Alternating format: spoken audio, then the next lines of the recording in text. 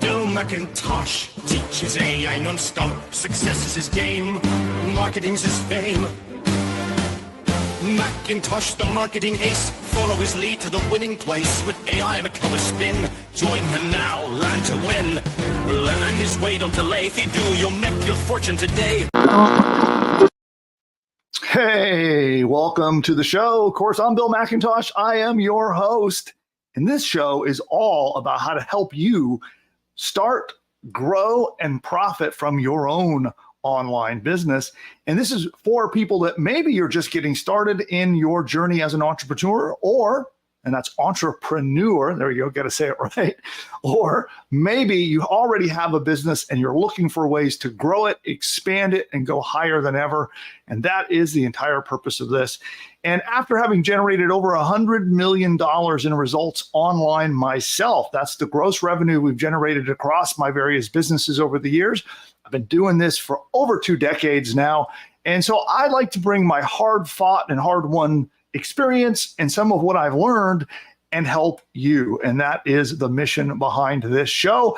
Now, let's check and make sure that I am talking to a live audience. Give me a big old hello in the chat, and let's make sure that we are live and that things are rocking. Give me a hello, a howdy, however you want to greet me, but give me a big greeting in the chat, and let's make sure that we are live. And then, of course, our new show tradition is while I wait for you to talk back at me, I always love to ask ChatGPT for jokes. So I've been using ChatGPT to help give a little bit of, happiness and fun.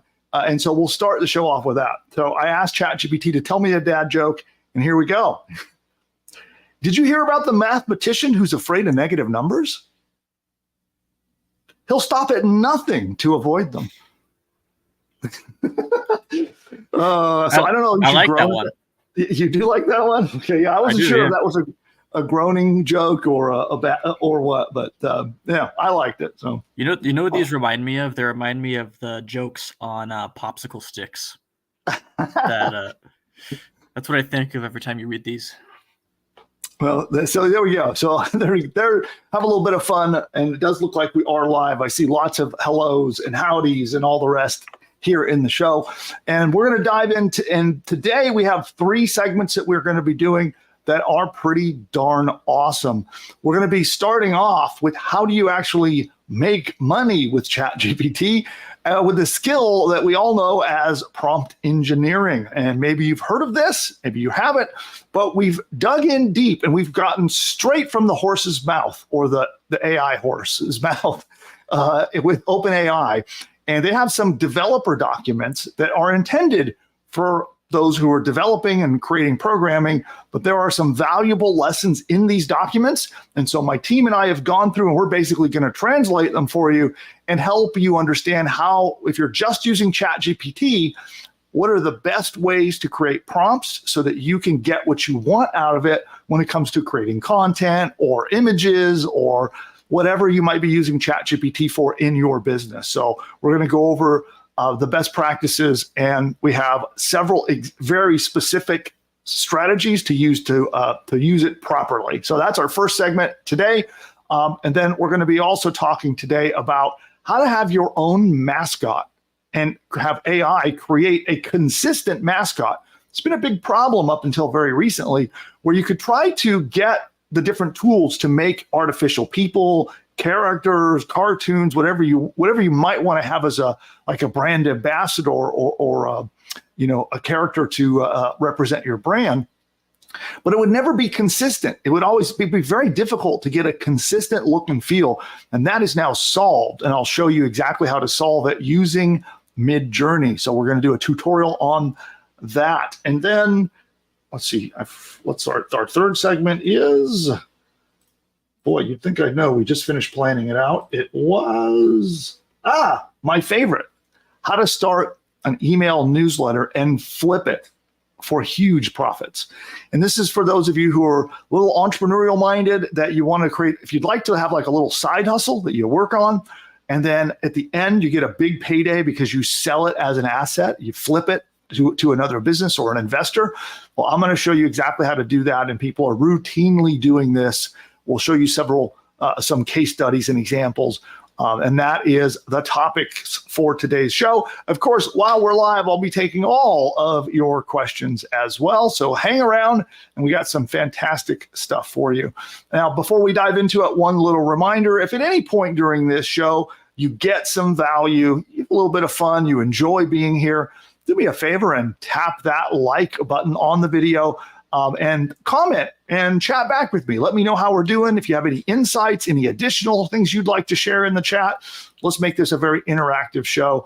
And then, of course, if you want more content like this, if you're an entrepreneur and you want to start a new business or grow your existing business, then subscribe to the channel, because we release fantastic content showing you exactly how to do that all week long. And you'll see both of those buttons down below the video, so you can give that like button a tap and make sure you subscribe if you want more stuff like this. And with that, I think we'll dive into segment number 1 today. Make sure I got everything is queued up and ready to go. Where did my teleprompter remote go? It's hiding from me somewhere. Right in front of me, right in plain sight. So got my teleprompter. Got everything ready, and we're going to dive into segment number 1. Now, I want to remind you, if you're new to the show and you haven't been on one of my live shows, I record our training segments. So we're doing them live with you, and you get to ask questions and be interactive as part of that. But I'm recording them so that we can reuse these materials in other areas in social media. We cut them down, edit them up. Sometimes they end up in my courses and other places. So you might see me doing retakes, and you might see me making notes for my editor while you're here with me live, just so you know what's going on. And then, of course, again, comment back in the chat. Let me know if you have questions, and we'll be doing questions as we go as well. And I think that covers us. We're good to go. Producer Nick, any other things we got to talk about today? Or I think I can dive right into it, right? Yep, we're good. Okay. Here we go. Have you ever wondered how to use ChatGPT to actually make money? A lot of people are doing it, like this kid I'll show you, who made about $1 million writing ebooks with ChatGPT. And let me show you that on screen here. Actually, I'll go over to, I'm going to go to this screen. Where's my window? I forgot to set up screen sharing over here. Share.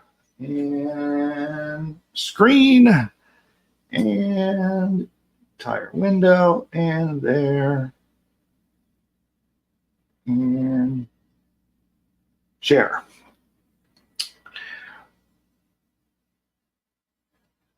All right, cool. So this guy made $1 million, quote unquote, stealing from ChatGPT, as this case study says here, courtesy of capitalmindset.co. It's a 20-year-old guy who made $1 million selling books written by ChatGPT. And so this is a pretty cool case study that goes into, if you use ChatGPT effectively, if you really understand how to get good stuff out of it, you can really, really profit from it. And I use ChatGPT for writing sales emails, writing sales copy, squeeze pages, courses, ebooks, anything you could think of. If you know how to use it right, ChatGPT can be a big help, saving you lots of time, lots of money, and in many cases, it can actually do a better job than an average person can at these tasks. But if you don't know how to use it effectively, you're not going to get very far, because you need to know all about prompt engineering, which is the practice of writing what are called prompts. Prompts are all the little things that you ask ChatGPT, or the instructions you give it to try to prompt it to give you stuff back. Well, that's why it's called the prompt. And if you know how to do it right, you can produce the best results that give you exactly what you're trying to produce. If you don't, you kind of get garbage. And in fact, they sound a little bland, a little boring, a little bit like a high schooler wrote an essay, right? And that's not the kind of stuff you want. But if you know how to use it right, you can get fantastic stuff out of ChatGPT. So if you give ChatGPT bad generic prompts, then you're going to get bad generic output, like the high school essay style results. Now, you can avoid results like this if you learn prompt engineering the right way. And what better way to learn how to use ChatGPT than from the creators of ChatGPT themselves, and that's OpenAI. And OpenAI actually wrote up a full prompt engineering guide. It's meant for developers like me who build software, right? So we build software using AI tools like many that OpenAI have or ChatGPT. And this was an incredible, detailed, and very technical guide. So for an average user, it's probably a bit confusing, but there's marketing gold hidden inside this guide. So I had my team and I here at PushButton AI, we went through this technical guide and we handpicked 7 techniques that anybody could use to go from a complete beginner to a ChatGPT Pro, even if you're not technical. So let me show you the guide. You can take a look at that and then we'll get into it. So we'll go back to screen share. And this is the guide I'm talking about here. This is the part of the developer documentations, and it's all about prompt engineering. It's a pretty lengthy and robust guide. We'll drop a link to it in the description of this video if you want to read the entire full thing, but it's pretty detailed, pretty lengthy, and a bit technical. So I'm going to shortcut it and give you the 7 most powerful things that we can learn from it. And so let's get started with that. Technique number 1. That is to include details in your query to get more relevant answers. And so let me find that bit in the document and we'll okay, so we're going to go Control F. Oops, that's not what I wanted. Okay, we'll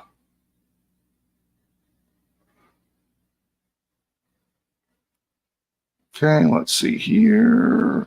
Where's the details?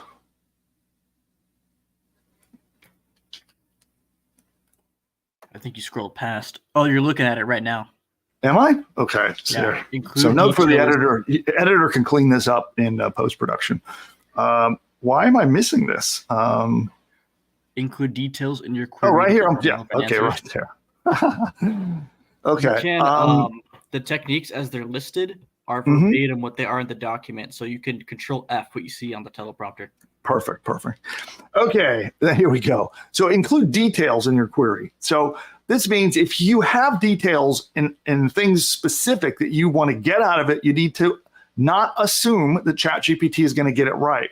And they give you some examples here, like how do I add numbers in Excel? That's not a good prompt. Instead, how do I add up a row of dollar amounts in Excel? I want to automatically for a whole sheet of rows with the totals ending on the right in a column called total. Right? See how different that is? Who's president is an example of a bad prompt. Who was the president of Mexico in 2021 and how frequently are elections held? See, much more specific. So the more specific you can make the prompt, the better off you're going to be. So don't make it bland and simple, get into the details. Now, moving on to technique number 2, ask the model to adopt a persona. So let's take a look at that one here. And you can see that right here. And here, you'll often hear in some of my training, I do this quite a lot. And here, let me give you some examples of this. So at the very beginning of my prompt, I tell ChatGPT essentially who I want it to be. Because you have to think about it this way. ChatGPT has the sum of all human knowledge inside of it. And I can imagine that could be quite a schizophrenic feeling, right? Imagine being an expert in every career, having knowledge in every field, just knowing all the trivia facts about anything everywhere, all at once. And so you need to really get ChatGPT to not be schizophrenic and to know who it should be when it's answering your questions. It sounds a little weird, almost a little metaphysical, but I find it really valuable. So I'll start it off by saying to, hey, ChatGPT, act as, and then I'll tell it, an expert in this field, or, work as this, be this. And I tell it very specifically that persona that I want it to adopt. And it considers that when it looks into its vast knowledge and comes back with an answer that will help guide it so you don't get irrelevant or facts that just don't apply to your unique situation that you're looking for. Make sense? Awesome. So we'll move on to technique number 3, and that is to use what they're calling delimiters. And let me explain what a delimiter is. And that's basically anything that's going to limit or stop a sentence. Think of like a period, and there are many others. I'll give you some examples of these, but it's something used in punctuation or otherwise to indicate where something stops and a new thing might begin. Okay, so what we'll do is be very specific. So sometimes, like for example, if I'm working with keywords, I'll use what ChatGPT calls them triple quotes, just 3 quotes in a row. I'll show you some examples of this in a minute, and I wrap my keywords with that. Or let's say that I'm asking ChatGPT to rewrite something. I need to very clearly tell it and show it what I'm trying to get it to rewrite, so it does not confuse that with my instructions. So you have your instructions, and then separately you might have data or information. You want to make it really clear with the way you're using punctuation and the way you mark these different sections as being unique and different and independent from one another. Now, for example, let's say you want to give ChatGPT a transcript of a YouTube video, right?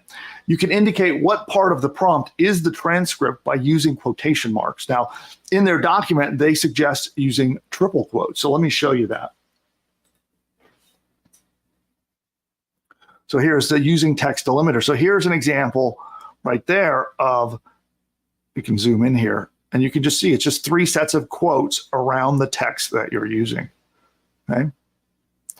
So that is that one. Now, on to technique number 4, and that is to specify the steps. So many times, you have a multi-step thing that I see people, they'll go to ChatGPT and they'll ask it to do something in one shot and say, hey, ChatGPT, write me an article about, underwater cats that fish. And this really should be broken down into a multitask thing. So let me explain this. When a human is going to sit down to write an article about cats that fish underwater, which there really are fishing cats, by the way. But if you were going to sit down and write that, first, you would need to research about it. Then you would need to make an outline of what you're going to put in your article. And then you need to figure out section by section and write that article in multiple pieces. So that would be broken down into multiple steps. And this is the biggest place I see people go wrong. They don't break things down into multiple steps. And I understand you want the magic of AI to just do it for you. But right now, you have to specify those steps and work with ChatGPT a step at a time. So let's take a look at the document and talk about that. Okay. Right there, specify the steps required to complete a task. And here, they're actually showing the steps in one prompt. Step 1, step 2, all in one prompt. For me, what I like to do is I will actually break them up, and I will ask it to do each step one at a time separately in the same chat window. I find I get better results there, but you can do it like this too, where you actually list the steps out for ChatGPT just all in one prompt. All right. Now let's go on to step to technique here. I'll redo that for the editor. So note for editor, we'll reshoot that. On to technique number 5, and that is to provide examples. Now you can get really good with ChatGPT if you give it examples of what you want back. So if you just leave it up to ChatGPT, who knows what it's going to do? Again, it has all of human knowledge. That means the voice, the types of words, the style, the way things will be structured. It could come out in any way. But if you give it examples of what you're looking for, then it's going to understand a lot better. And for those examples, don't forget, use the delimiters like we talked about earlier. You could say, here are a couple examples of what I'm looking for. And so let's take a look at that. Okay. Now, here, and provide examples. This is talking about a technical way we use it as programmers in the back end. Oh, excuse me. Okay. But this applies to using the normal ChatGPT interface as well. All right. The next thing that I'll go on to is technique number 6. This one, I'm not sure that I completely agree with this one, I'll be honest, but this is what they're telling us at OpenAI, and that is, there you go, technique number 6, and that is to specify the desired length of the output. So the results you get back, how long do you want it to be? I've had limited success with this, just to be honest. But again, this is what ChatGPT is telling us that we should be doing. So probably I would anticipate that it's going to get better and better at this. But I'll often find if I ask it to give me 500 words of content, it doesn't ever come out to be around 500. But try this and see how that works for you. And they say very specifically in their document to do that. Right here, specify the desired length of the output, okay?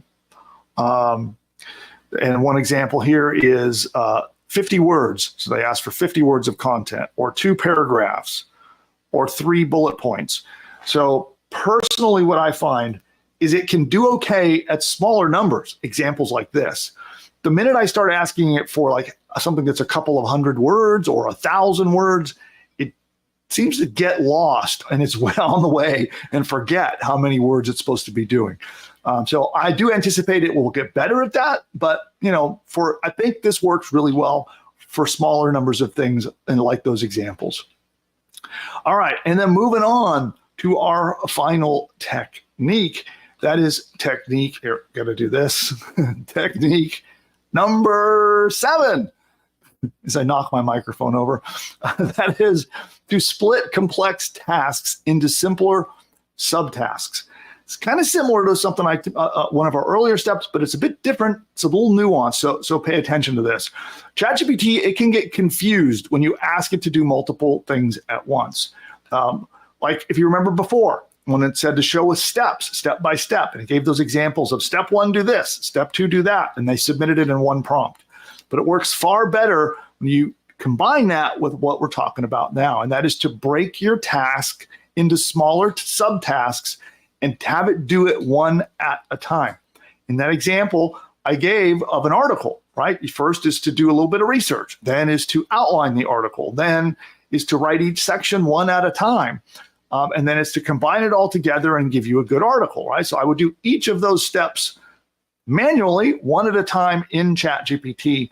And this is, by the way, this is an example of why my product, PushButton AI, is so valuable. That's what we're doing behind the scenes, is that we're working with not just ChatGPT, but many different AI tools, and we're going one step at a time, but we automate it for you.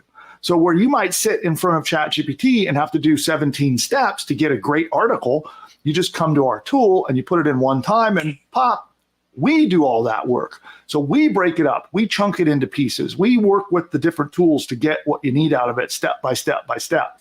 And that's why it comes out so good. But if you're going to do it manually, you can go to ChatGPT and again, just break it into those steps.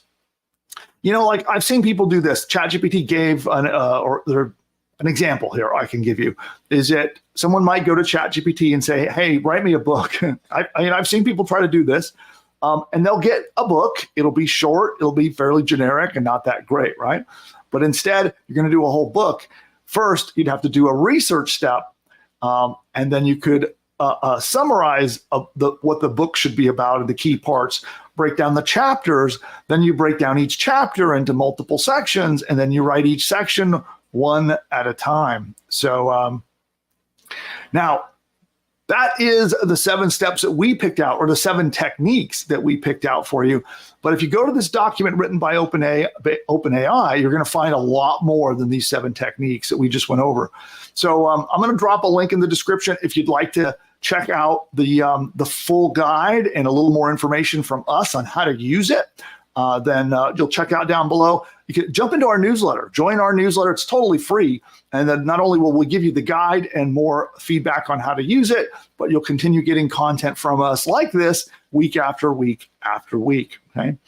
But if you're getting started, you're new to ChatGPT, you haven't really used it a lot yet, these 7 steps are all you need to get started. And again, if you want the full guide and all the information, then you'll see a link in the description where you can jump into our newsletter, and we'll give you all that and a heck of a lot more, totally free.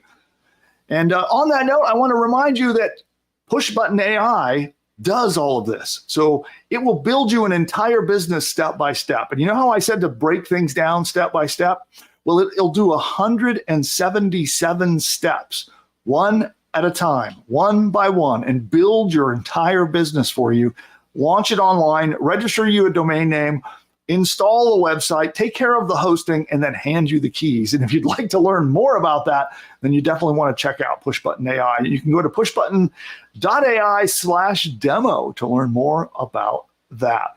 And that wraps us up on this subject. If you got value out of this, make sure you tap that like button and let YouTube know that this content was worth the time. So then YouTube will share it with more and more and more people. I'll be eternally grateful. And then make sure you subscribe. You'll see a red subscribe button down there. Tap it. Make sure you set your notifications to always on, and then you'll get content from us all throughout the week on how to use AI tools like ChatGPT and so much more when it comes to building and growing your business as an entrepreneur. And until then, we'll see you next time. Bye for now. All right, live audience, we're still here with you. I'm going to come back to your questions in just a moment. We're going to take a very fast commercial break so I can give my voice a quick rest, and we'll come right back and answer all of your questions. And don't forget, we got 2 more segments: how to grow and flip newsletters for massive, like 6-figure and up profits, and then how to make your own AI avatar to like represent your brand, like like the Geico lizard or Flow for the insurance. If you want that for your brand, I'll show you how you can do that pretty easily. And then we'll be right back with your questions. And here we go. See you in a moment. The presidents, celebrities, or characters in this video are all fake and generated by artificial intelligence. You know, the other day while I was resting my eyes, I woke up to find that I'd built an entire online business. Really, Joe? How'd you manage to do that? Well, you see, Wait a minute, Sleepy Joe. Let me guess. You had PushButton AI do all the work, didn't you? that's right, Donald. It found me a fantastic domain name, built out a complete site, set up my shopping cart so I can get paid, and even wrote an entire email sales campaign for me, all while I was napping. Well, I've been using PushButton AI too. And believe me, my new business, it's huge. The best. So much winning, you wouldn't believe. This PushButton AI sounds phenomenal. Oh, it is. It's almost as genius as I am. But with better hair, no doubt. Guys, all this talk is boring to me. What everyone needs to do is click the link of this video and go to the masterclass to see how to use this powerful technology to build their own profitable online business. Well, if Elon says it, it must be worth a shot. You're right, Barry. Everyone should click the link right now. I can't believe I'm going to agree with Joe, but this masterclass sounds like it's going to be huge. Absolutely terrific. The best masterclass ever given, probably. Okay, guys, how about we hit that link? Time is money.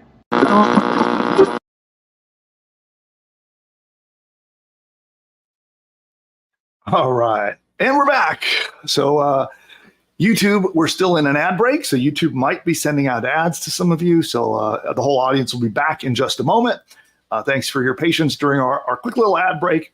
And yeah, let's get into today's topic. So producer Nick, did we have any questions or good feedback or anything from the chat? Yeah, Gary wants to know, could you ask ChatGPT to assume the role of a celiac disease expert? You could. Now, I would be cautious about this, and I can't. So what I'm about to say is not legal advice, and I am not an attorney, nor should I ever be one, but there you go. if it could give out something that could appear as medical advice, just be cautious about that. And in certain circumstances, if you ask it specifically to give medical advice, it might refuse. So that's ChatGPT is a pretty censored model. So just be aware of that. You don't want to be republishing what would be interpreted as like medical advice to treat a disease. Just be smart about that and make sure you understand those ramifications anyway, if that's the niche that you're in. You could use, if you want to use actual, like, legit statistical citations, you could use Scholar AI, that custom GPT we went over to find studies and papers on celiac disease. Oh, perfect. There you go. Yeah, the problem too is you want to be responsible. That while ChatGPT is incredibly intelligent, it's also like a fantastic liar. And so it can, especially at things like trying to give specific legal references or specific, like trying to quote medical studies and things like that, it will sometimes make stuff up. No kidding. If you're not familiar with that, be careful about that. But so here it's particularly important to not allow it to do that. And that's a great tip, Nick. So that's at scholar.ai, right? It's scholarai.io. Scholarai.io. Okay, great. And we have on the channel here, we have a lesson we did covering how to use that. So you can look for that as well. Yeah. Cool. What else we got? Sam says you've got a great presence when you're presenting. Oh, thank you. Yeah. And he was curious if, because we're talking about PushButton, he's curious. He wants to know if it's free. PushButton AI is not free. The demo is free, so you can get a demo, but it is software that there is a fee to buy it and use it. It's in what's called a private beta state. So it's by invitation only. So you can do your demo. And my team, by the way, is going to give you a marketing plan. So they'll not only show you how the tool works, they'll give you a complimentary marketing plan made just for you as for doing the demo with us. And then if it fits, right? Not everyone it's not a tool that we invite everybody into at this point, but if it's a good fit, we'll invite you in to be part of our early access program. And there is a fee to do that, just full disclosure. Yeah. But the demo and the marketing plan is free. You just, head on over to that link, which is pushbutton.ai/demo, and you can claim that there. Yep, we're all caught up, by the way. So if you want to move on, we're good to go. All right, fantastic. Then we're going to do that. Let's go on to the next segment. And here we go. Which I really like this topic. So reminder for the live audience, I'm recording this next segment we're about to start. So if you hear me redoing retakes or making notes for the editor, you understand why. And by the way, before we get started, I want to remind you at this point, if you're new to the show, make sure you subscribe. Now is a perfect time to below that video, tap that subscribe button, and then you'll get content like this all week long. So we have our live shows we do every Wednesday, but we're also releasing other video training throughout the week. So you'll get both of those things. And that makes sure that YouTube sends you a notification so you know when this content is released.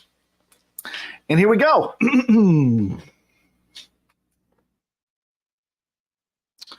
Get my prompter queued to the right spot. There we go. Okay.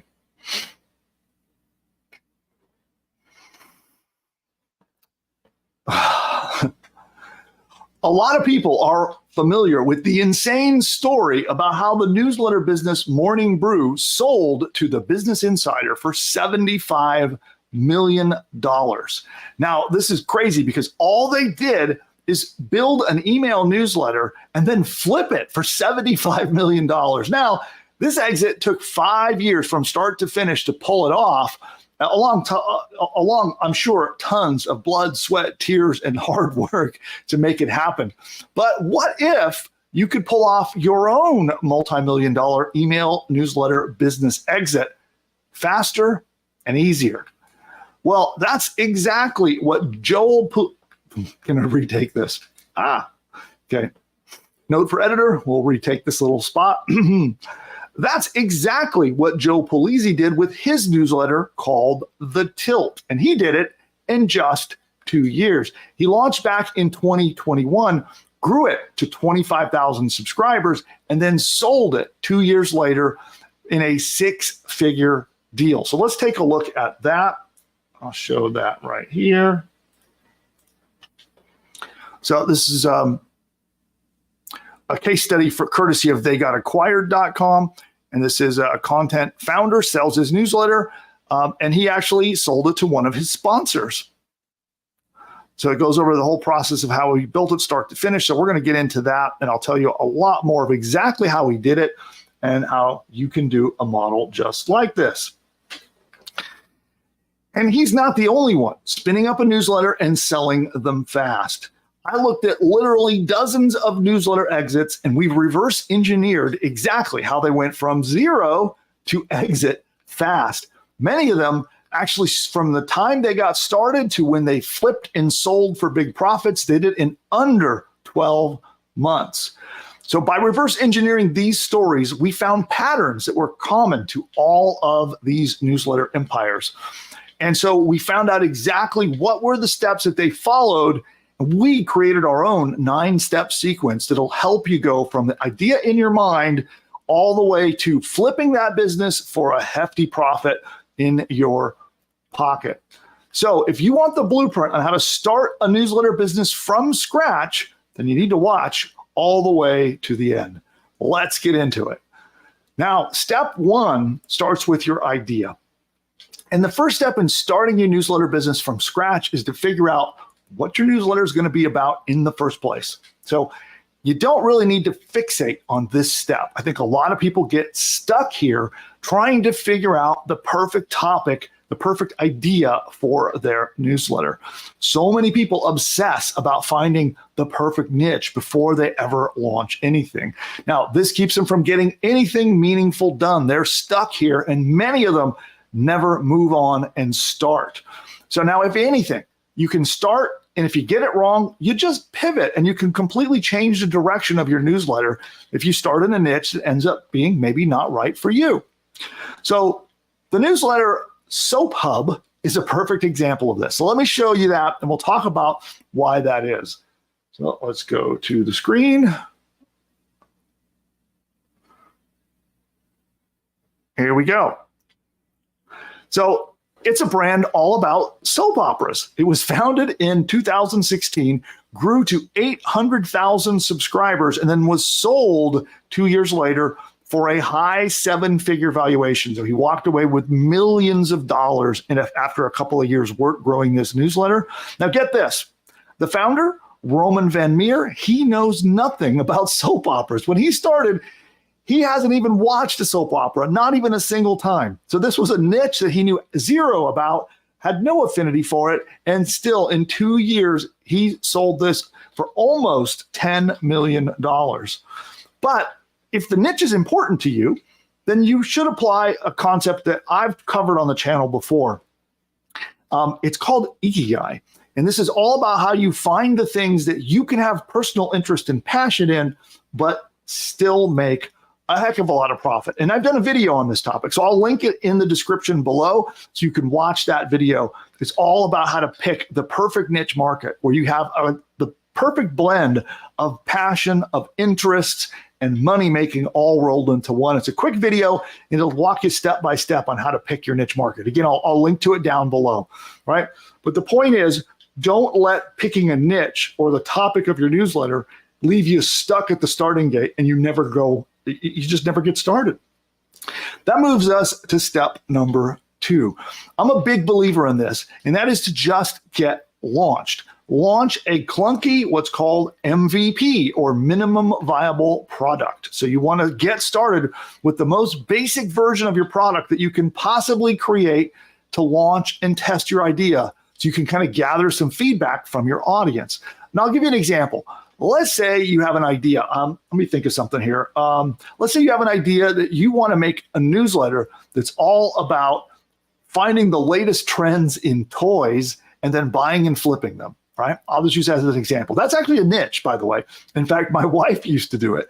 So she would get up early in the morning and wait in a line in front of toy stores and Targets and Walmarts and things like that to buy the latest trend, the latest fad in of kids' products and toys, and then flip them. And she would make a hefty profit, right? So let's say you decided you wanted to do that as a newsletter topic, right? Well, you just get it, just start.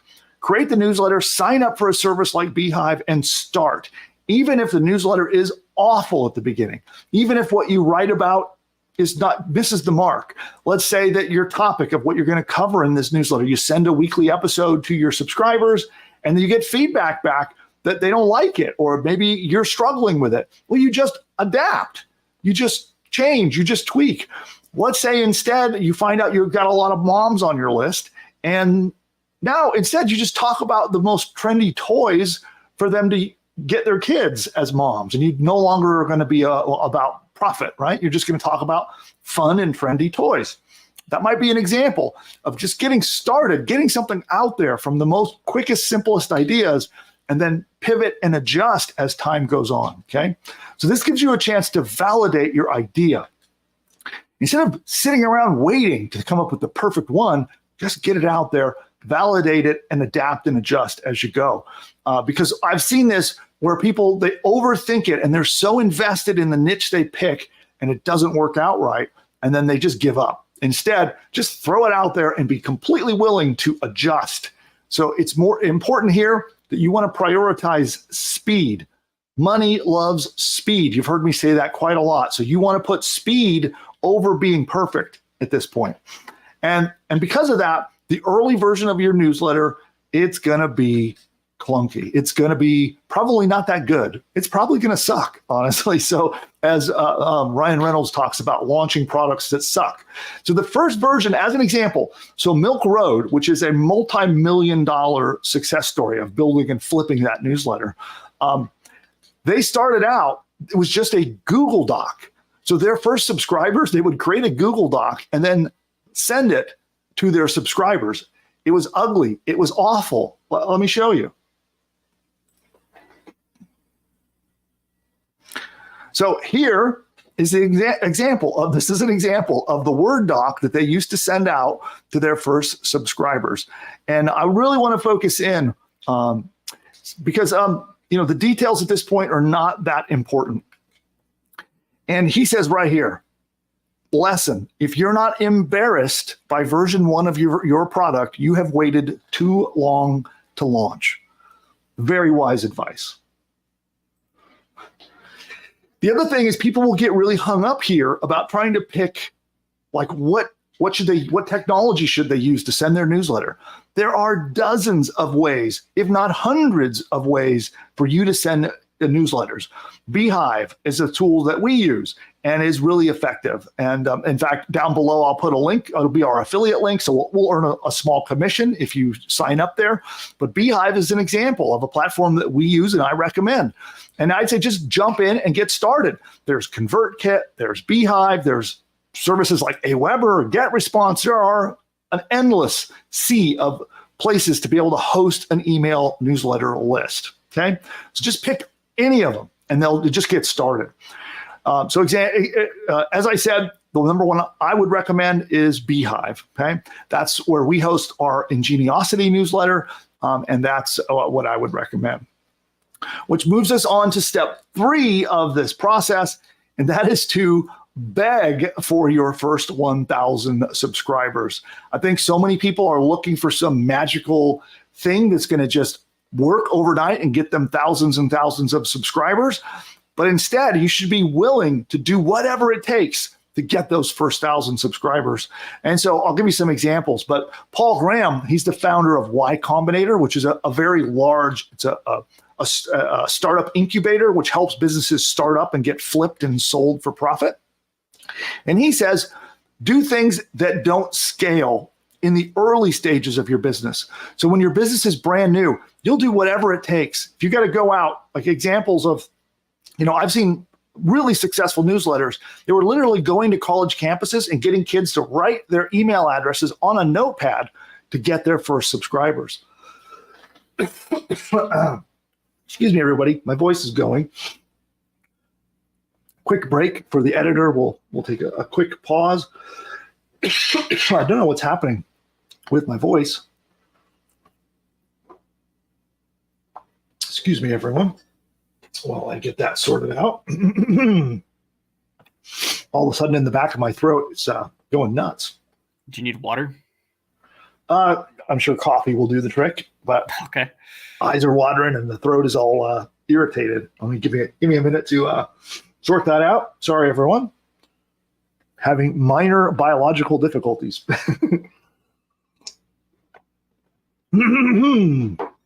Okay. We'll get back on track.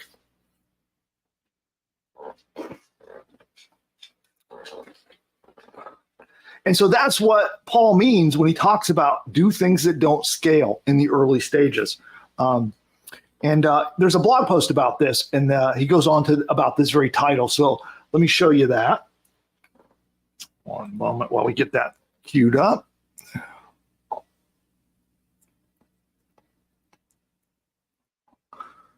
Okay. So this is from paulgraham.com, and he says here, a lot of would-be founders, we'll redo that. A lot of would-be founders believe that startups either take off or they don't. You build something, make it available, and if you've made a better mousetrap, people will beat a path to your door as promised. Or they don't, in which case the market must not exist. Actually, startups take off because the founders make them take off. There may be a handful that just grew by themselves, but usually it takes some sort of push to get them going. A good metaphor would be the cranks that the car engines had before they got electric starters. Once the engine was going, it would keep going. But there was a separate and laborious process to get it going. All right. So what does this mean for you? It means you're going to have to grind for your first 1,000 subscribers in ways that later on you probably won't do. But in the early stages, you'll do whatever it takes.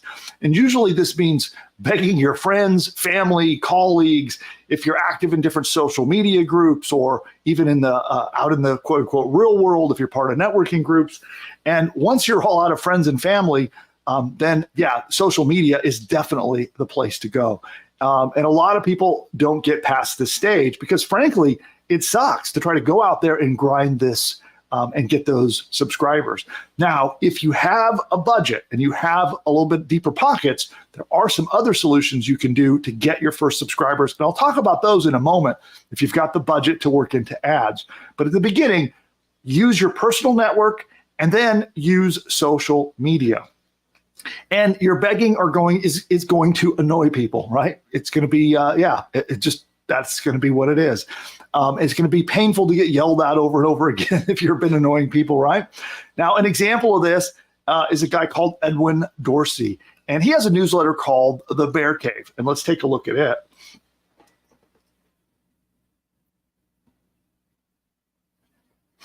And it's estimated that the Bear Cave, which is a newspaper about controversies and bad actors in business and finance, right? So it's about the bad guys in the business world.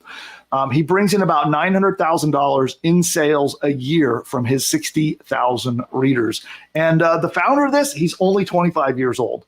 In the very beginning, he went from 0 to 3,000 readers by cold messaging his followers on Twitter, begging them to sign up for his newsletter. So, and here is a quote here from him.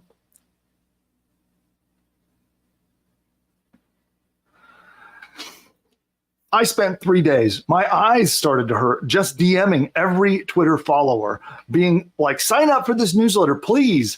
That's what built the early momentum. I clawed my way to 3,000 free subscribers by October. Okay. So here, he literally by hand messaged every one of his followers. And that's what got him started. moving on to being, a massive success. But that's the early stages of this. So I know a lot of people get into like trying to find automated like messaging platforms and things like this to try to solve this early on. But here, just good old fashioned legwork can do the trick. Okay. Now, another newsletter that I want to show you, which is AI with Vibes, did something very similar. So let's take a look at it.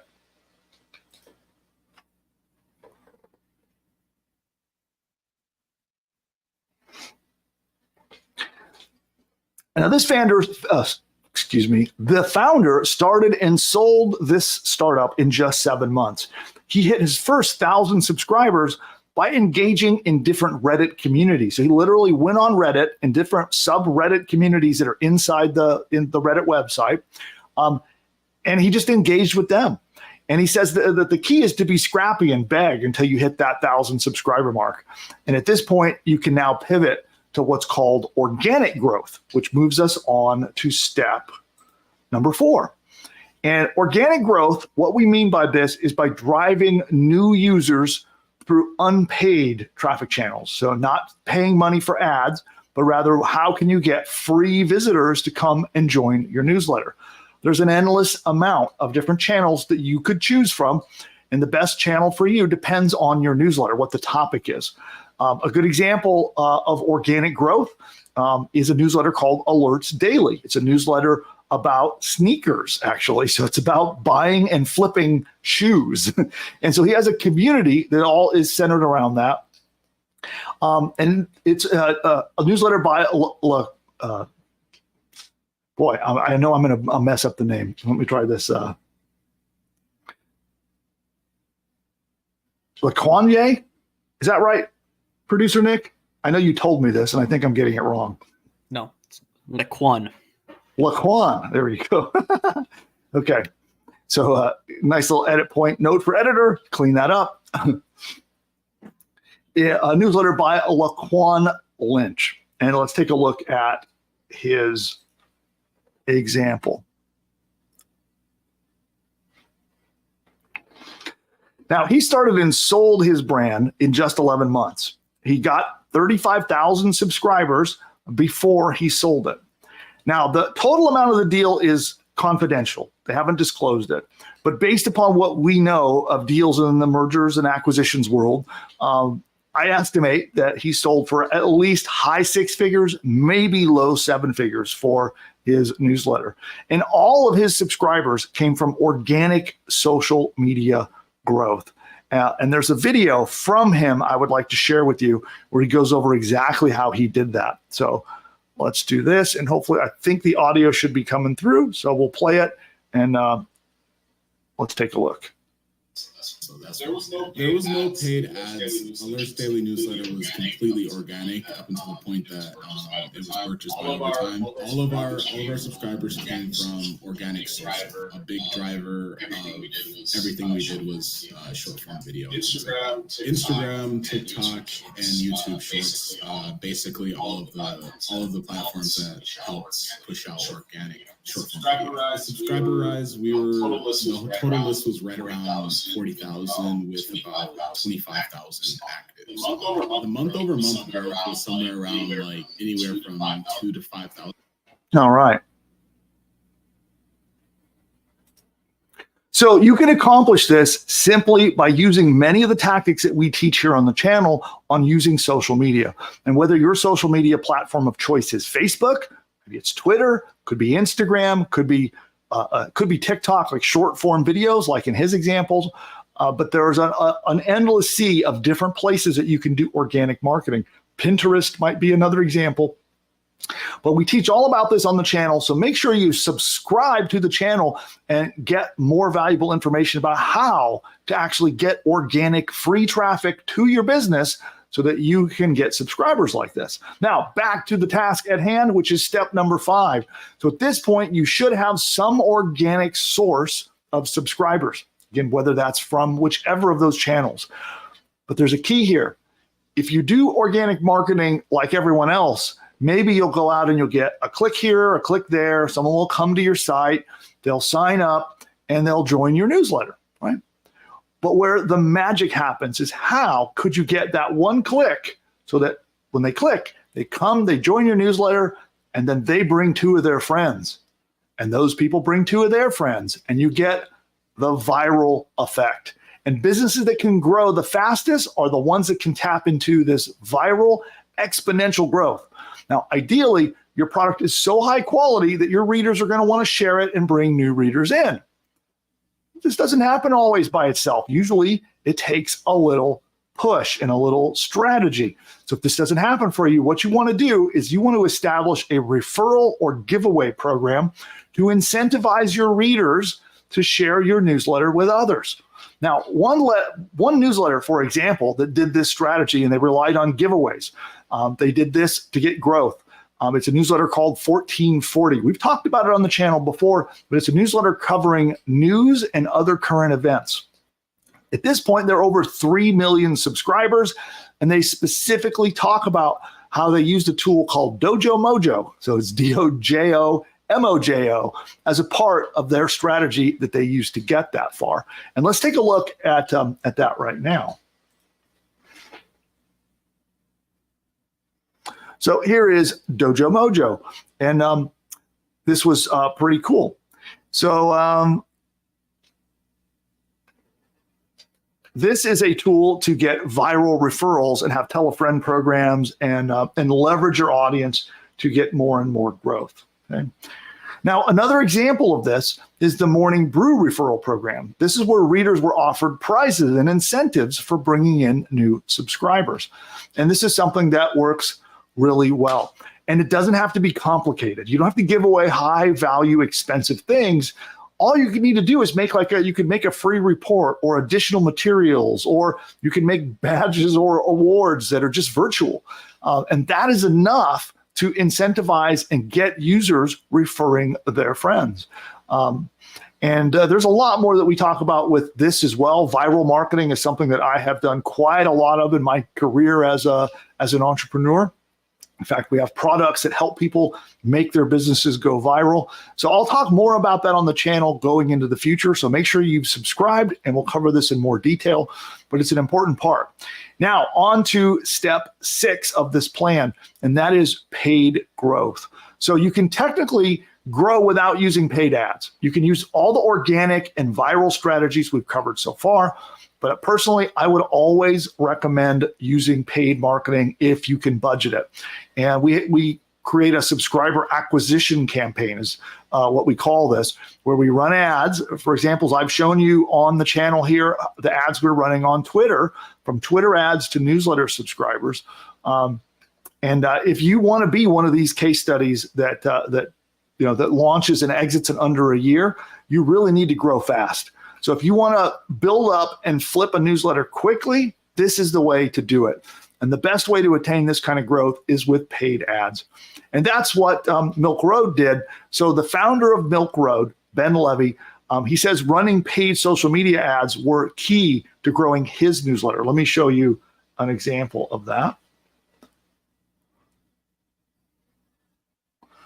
Okay, so this was a case study in Beehive, actually. So Beehive is the platform that we recommend. So this was a case study from zero to acquisition in 10 months. This was a massive deal, multi-million-dollar deal. But I want to focus in, we'll zero in on this section down here. Well, there we go. And he says here, while free acquisition is always preferred, some of the most successful newsletters in the world have tapped into more traditional acquisition channels, and Milk Road is no different. They did marketing spend primarily on Facebook, Instagram, and TikTok. And so here's what he said. He said they prioritize 3 things. How much we're paying to acquire a subscriber, the conversion rate of a subscriber to an active reader, and the payback period. How long does it take before you get that money back? For us, we were looking for payback period of 3 months or less. This means that if we were able to make 50 cents a subscriber per month, we would be willing to pay $1.50 to acquire that subscriber. Now, as an example, depending upon your niche you're in, it varies wildly. Like in some of my niches, we know that we generate about $4 per new subscriber in the first month. So we're willing to acquire a subscriber for $4 in cost. So if we can get someone to join our list for $4 and activate, right, actually become a reader, we know that we are going to make that $4 back in 30 days time. And then we reinvest that $4 back for another round of subscribers. And we just keep rolling our budget in that way. And that's the way to grow your newsletter. And so, for example, on Twitter, we're able to acquire subscribers far under our 30-day break-even point. So we know we're getting the subscribers from Twitter, and we're able to monetize them in a way that we're getting our investment back within that first 30 days. Okay, now let's move on to step number 7. That is to collaborate. Okay, this is a big, big deal in the email world. And it's funny because this is a strategy, I've been around a long time doing, digital entrepreneurship, and going way back in the early days of people growing their mailing lists. They used to do something called swaps, where you would promote each other, right?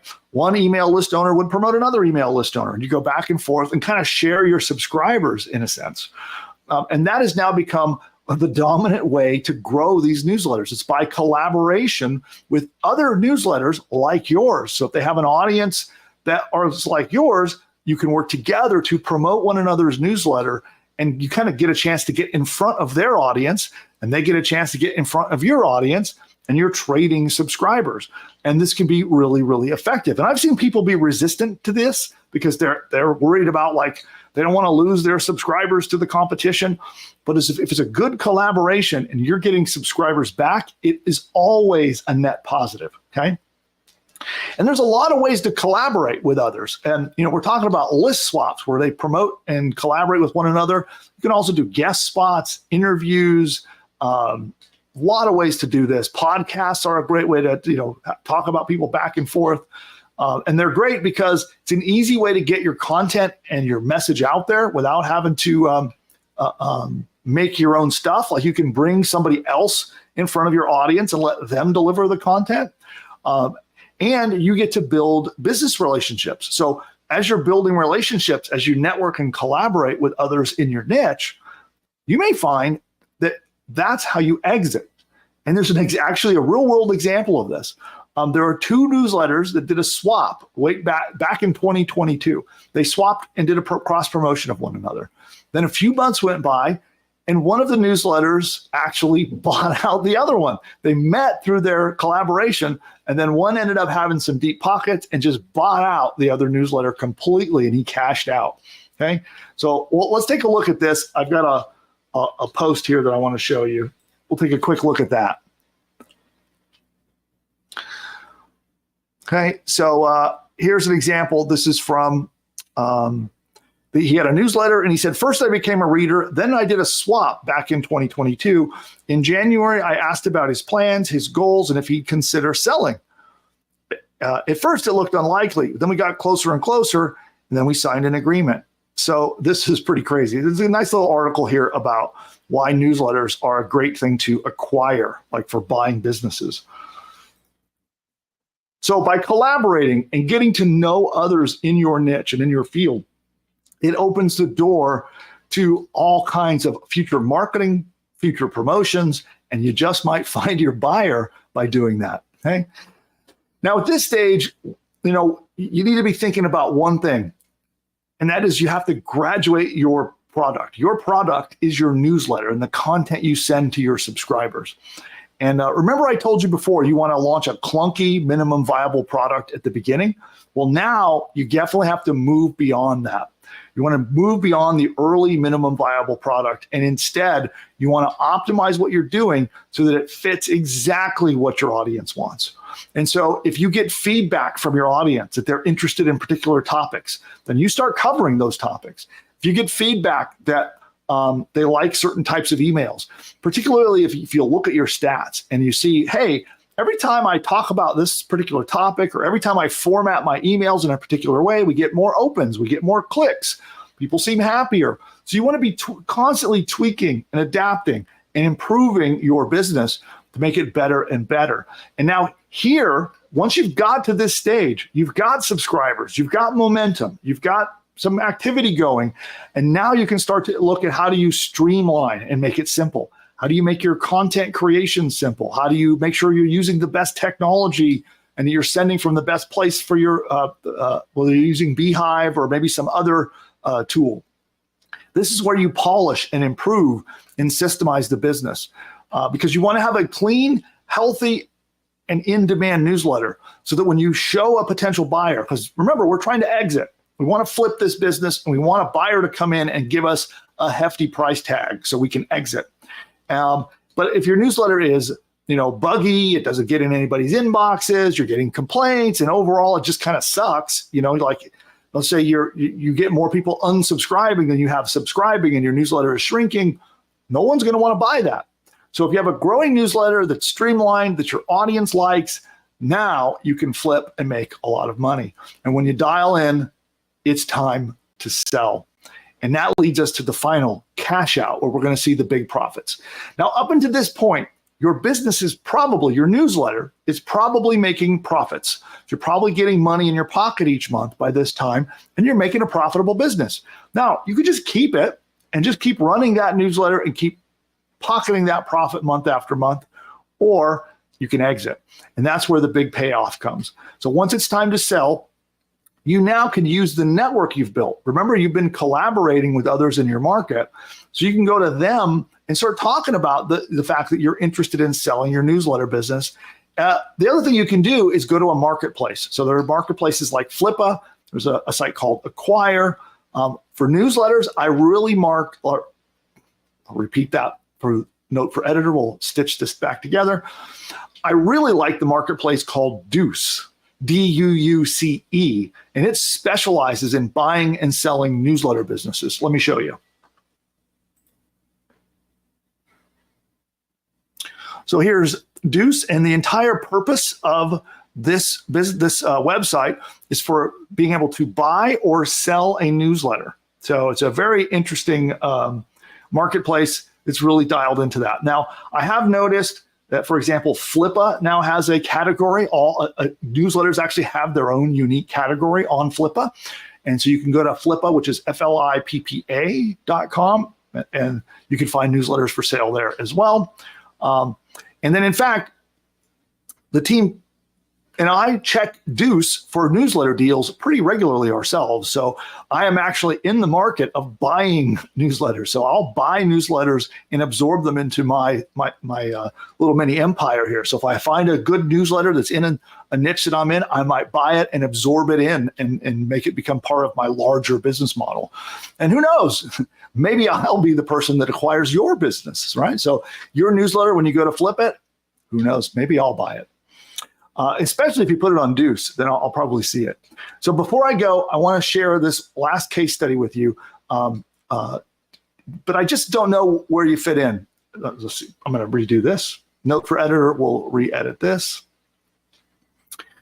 I've got one last case study for you. I just want to throw this in here at the end because I think it's a powerful, important lesson. And it's about this guy, Brian Kelly. He started a newsletter called The Points Guy. It's about how you rack up travel points on your credit cards.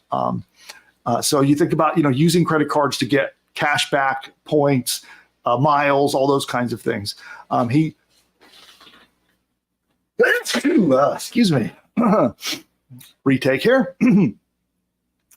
He launched it, grew it super fast, and he sold it to Bankrate, which is a finance media company. In just 2 years, he built it up and flipped it for $20 million. We found a huge comprehensive, it's an 11-page report all about the deal. And I'll link to it down in the description. You need to join our free newsletter, by the way. So you join our free newsletter down below. And this is another example of some of the content, the free content we'll be sharing with you. So we'll link to it. Join the newsletter. We'll share that out, that content and much more with you totally for free. And you can see that link down below if you would like to get that additional case study. And okay, so note for editor, you can clean this up here. And that wraps us up on our newsletter do a retake. And that wraps us up with the newsletter content for today.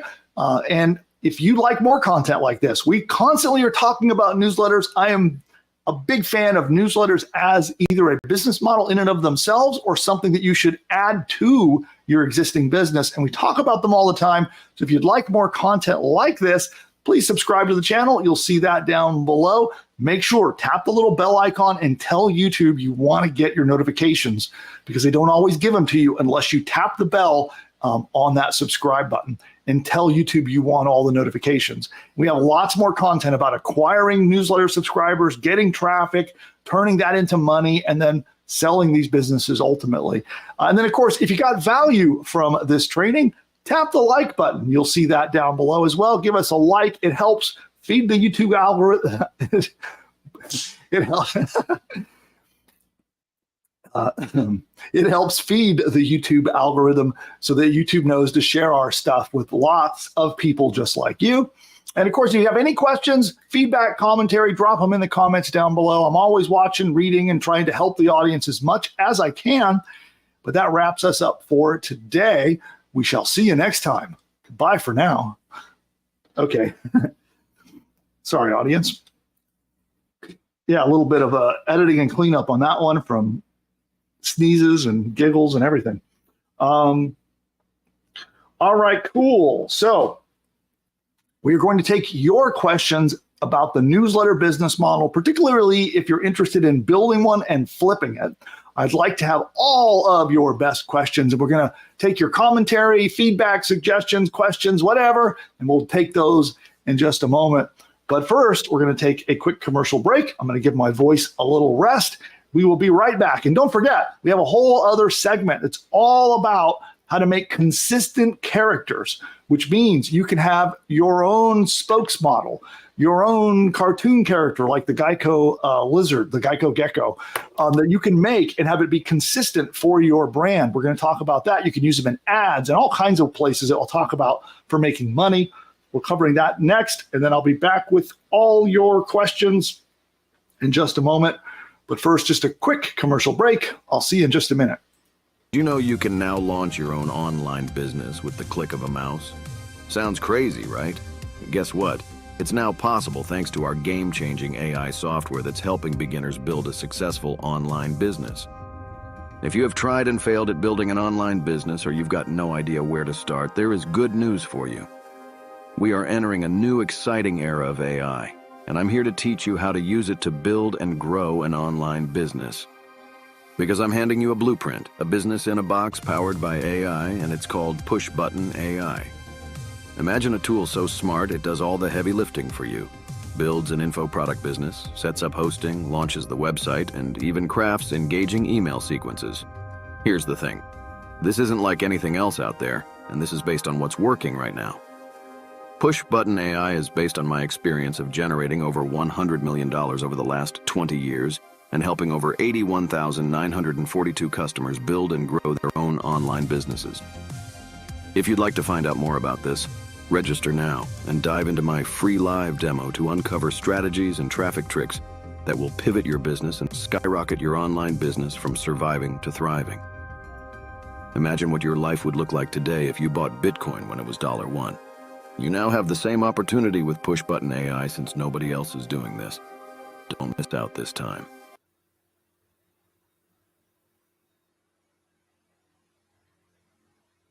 All right, and we're back for your questions. So, producer Nick, do we have any commentary, feedback, questions, anything at all about newsletters or this topic?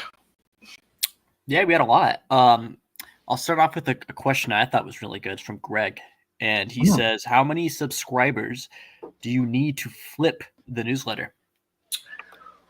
Well, it depends on how much money you want at the end, right? So the more mature your newsletter is, I would say, first of all, it's more about everything covered today in these 8 steps before you exit is done, right? So if you have an organic way of getting customers, your list is growing, it's systemized, and you have a way to monetize it, right? So that could be whether it's sponsorships. There's a lot of ways to monetize newsletters, which we didn't go into a lot today.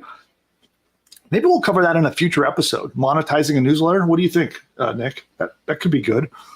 Yeah, like 4 ways to monetize a newsletter or something like that. Yeah. 4 ways to make money with a newsletter. Let's cover that. But so let's assume that you have a way of predictably acquiring subscribers, whether it's organic, paid, whatever. You have a way to make money from those subscribers. It doesn't really matter how big the newsletter is. You could sell that, right?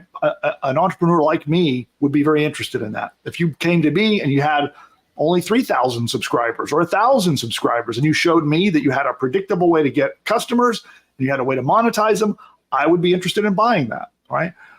So now at that point, it's more about the longer you hold it and the bigger you grow it, the more money you're going to get. So then it's really up to you.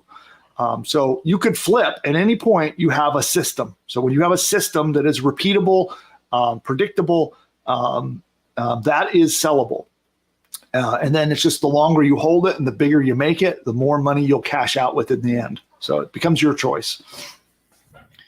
Yeah, and if you are curious about, valuations, like how much is my newsletter worth, go to marketplaces like a Deuce and see what other newsletters are going for if you want an idea for what yours is worth. I mean, that's how they do valuations on Wall Street. They look at comps, they look at comparable transactions to see how much their business is worth. Well, and I'll give you an example. Like, I'm actively in the market of doing this. And so there's a newsletter that I'm about to acquire, actually, for a cheap price. But the seller of that newsletter has not demonstrated that it's a repeatable, automatable, like his customer acquisition is clunky. It's not super great, but he still managed to build a sizable newsletter. It's about 30,000 subscribers. And then also he's monetized it a little bit, but he has not figured it out. He doesn't really understand how to monetize the list. So I'm coming in and it's a pretty cheap price that I'm buying that for. But now I'm looking at a completely different newsletter that is systemized. Like, they have ads that they're running. They know they spend X, they get Y. The newsletter is predictably growing. They have sponsorships, things like that. That's worth way more money, right? So I might come in on a business like that, and then I would buy it for basically a multiple of the profits. So if I look at it and I see the business is making, $50,000 a year, let's just say, I might be willing to come in and spend 3 to 5 times that much to make that acquisition. And again, depending upon how predictable, how risk-free it is, it can go up from there. Like, I'm sure you'll see newsletters selling for quite a lot more than that. But I know for me, that's what I usually look and acquire a business for, like 3 to 5 times profit, depending upon, how established it is. Right. Another follow-up question I thought was good. And they want to know if you can keep your list after you sell the newsletter. That would be completely at the terms of the deal, right? I would say that you're going to want to be smart early on and actually build 2 lists. So when someone subscribes, there's no reason you can't have a personal list. Like, here's my list from me, Bill McIntosh, and here's another list that's my newsletter brand, which is a different name. And you could get people to subscribe to both and then only sell one and keep the other, right? That would be much easier to do than, let's say, you only have one list, you've been selling it, you've been communicating under a brand, right? Whatever, the Mousepad newsletter, right? I just made that up, right? Let's say I built the Mousepad newsletter up and I've been talking to 50,000 subscribers from that brand, and then I sell it. It's going to be not cool to then take that list and start communicating with them as a separate brand. Do you see what I mean? So make sure that's built into your model, that maybe you have 2 lists and you're going to sell one and then make it clear you're going to retain the other one. But yeah, just like making a copy of the list and then going out and doing that probably is not going to fly for most buyers. All right. Alex wants to know, he wants to start a newsletter about history, and he wants to write it from the point of view of like a historical character, like Napoleon. And he wanted to know what you think about that idea. Oh, yeah, that could work. That could work. I mean, I definitely see social media channels, both YouTube channels and other socials, do really well covering this topic of history. I mean, producer Nick, I mean, what do you think about this? Yeah, I think you could definitely grow the audience, and yeah, I think you could build like a 6-figure sized list. The concern I think about is how you might have trouble monetizing this, because it's not in like a B2B or like a business niche, so you might have trouble converting those eyeballs into dollar signs. I don't think you'll have trouble actually growing the list, though. I think what I would do is I would reach out to like influencers in the space. There's a lot of history channels on YouTube, and do like collaborations with them and cross promos with them. And I'd use that to grow my list. Yeah, I mean, I would say the more mass market and the more general the niche, and this is kind of an example of that, a general kind of more mass market niche, the less the subscribers each are worth, right? But it's easier to get them. Like you said, it'll be easier and less expensive to acquire the subscribers. They're not going to monetize as well, though. So it's I think it's a trade-off on both sides. Yeah. As we talk about this, there's that website Growth in Reverse. They do a bunch of newsletter case studies. Mm-hmm. There's one guy, he calls himself the Cultural Tutor, and he actually did this. He launched a history newsletter, and he monetized through a premium version. So if you pay for the premium version, you get these in-depth reports. And I'll drop a link to that case study in the chat if you guys want to check that out. Cool. Yeah. And one last question we've got from Tom. And he wants to know about podcasts. Can you do the same thing here? Build and flip a podcast? I would say it's possible, but harder, because a podcast it naturally lends itself to a personal brand. But I would say that is also possible. In fact, you could combine the two. If you really work on it as having a podcast and newsletter together under a brand, try to make it less about personality and more about the brand. I think that would be a great combination that you could flip. But a podcast alone will be harder. The more it is unbranded to you, the better. But there you go. I know these deals do happen. They're not as common as newsletter deals, but I know for a fact that Morning Brew acquired a podcast last year. And I'll drop the press release for that deal in the chat, but I know they happen. Okay, cool. Awesome. And then, hey, a little teaser. So we'll be going to be doing another segment here in just a moment about AI avatars and AI influencers to help you and make money with your business. And in fact, there's a lot of ways to mix the influencer AI branding thing I'm about to cover with some of these other topics. In fact, you could make a newsletter that is written from the perspective of an AI avatar that we're going to cover in a minute. So that history example, right, would be a perfect example of that.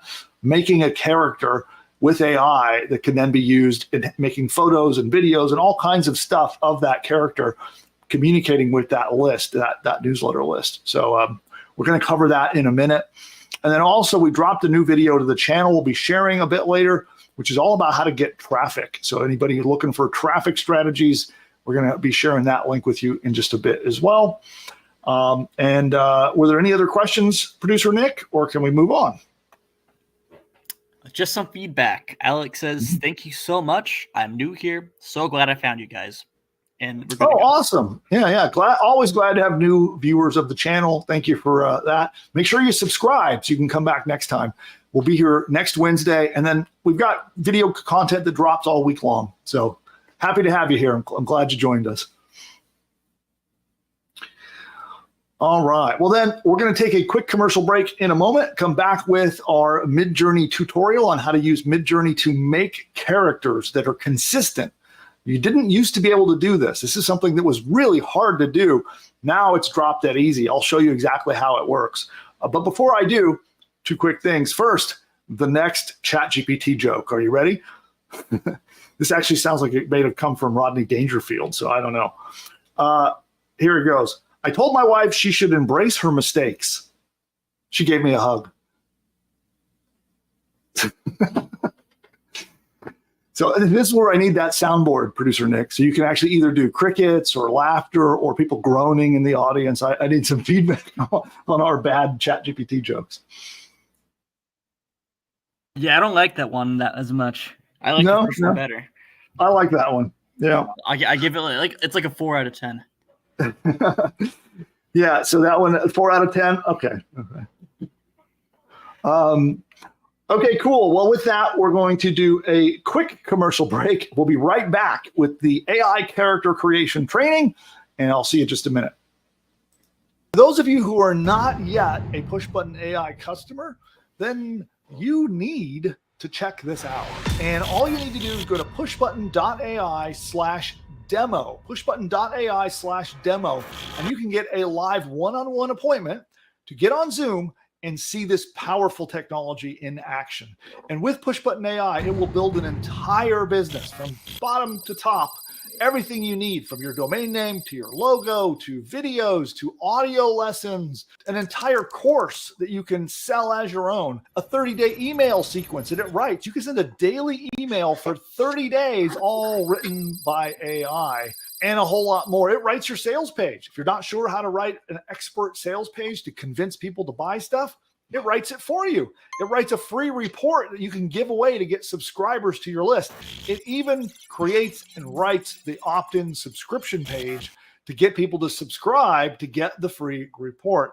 And it goes on and on and on. It even writes your first 10 blog posts for you, and it can do so much more. Social media posts, ads, all of these things are done, and all you have to do is answer a couple of questions and push a button. Now, PushButton AI is not available to the public at the time of recording this video, and the only way to get in is by invite to our behind-the-scenes beta access. And during your live demo, we'll show you the technology. We'll actually work with you to actually map out an entire course that you could sell as your own. We'll outline the course with you together on the one-on-one Zoom call. And then if you so decide, if you're a good fit, you can come in, join our PushButton AI beta program, and be in business with that very course by the next day. Go to pushbutton.ai/demo to figure out if this powerful technology is right for you. You can register there. You'll book an appointment in the calendar. Be sure you show up. Our team will be very excited to meet you and show you how the tech works, outline your new course for you, and hopefully it's a fit and we can work together to launch your next business.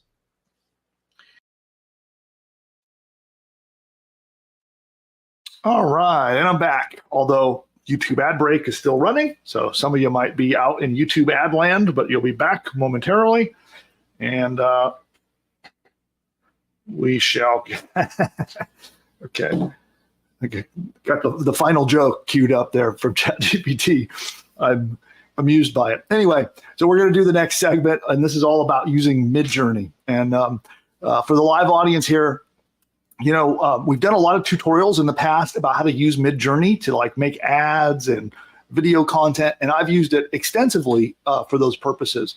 But there's a recent change, a recent update from Midjourney that makes having consistent characters be much, much easier. So it used to be very hard to make a single character that would be consistent. And if you think about some of the world's biggest brands, when they attach themselves to a persona or a character, they do really, really well, and I know like the classic example is the Geico Gecko or Flow, right? Those are two examples of insurance. So they took a market that is pretty darn boring and turned it into a big brand. And I think it's largely due to that. And whether you look at Disney and Mickey Mouse as an example, he's sort of the unofficial spokesperson for the brand, right? There are many, many examples of this. So now you can do that. You can actually create both photorealistic, like live characters, whether it's like an AI influencer is the thing they call it, or whether it's a cartoon-like persona, whether it's historical figure talking about history, or whether it's a completely made up thing. I'm going to show you an example of producer Nick and I were messing around with this, and I think we came up with a mascot that we're literally going to launch a brand around. We'll see. It's just a crazy experiment. We'll see how it goes. But I just noticed my production desktop computer just rebooted itself for some crazy reason. So hopefully it comes back. But at least we're still live. Let's see what's happening here. Okay. All right. Well, I'm going to have to try to ignore that while I do the next segment. And hopefully it's got a black screen. It did not come back. So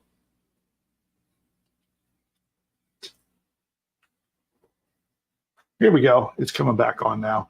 So bear with me, everyone, while I get this other machine back running. And then we will move on to the next segment. And I run the audio-visual, like screen share and camera, from a dedicated machine that doesn't reboot like that one does. So that's why I'm still here with you live. But I have a separate machine.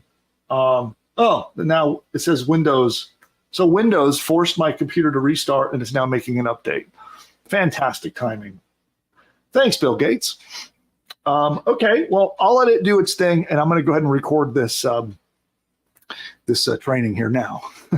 So I don't see the chat, unfortunately, while I'm talking. So producer Nick, you can keep an eye on chat. And like usual, everyone, your comments, questions, feedback. Yeah. You got it? Okay, cool. All right, well, here we go.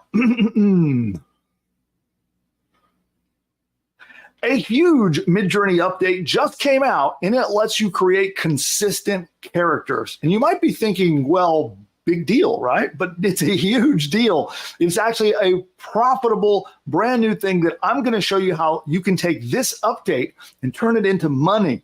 Because up until now, it used to be very difficult to get tools like Midjourney, which creates images and creates characters and pictures and photos. But it was hard to get them to make the exact same character and repeat it multiple times. It was incredibly challenging. And this caused a lot of problems for people who were trying to make comics or stories using Midjourney. And in our examples that I'll be talking about today, you might want to create a consistent character that can appear in your ads or appear in your content or become a brand ambassador for your company. But now you can create a character. And this could be a photorealistic person, or it can be a cartoon-like character. It could be anything you would like. And now you can make that same character consistent and have them over and over again appearing in your content. And they're accurate and just the same. So that it doesn't look like it changes all the time, which is what used to happen.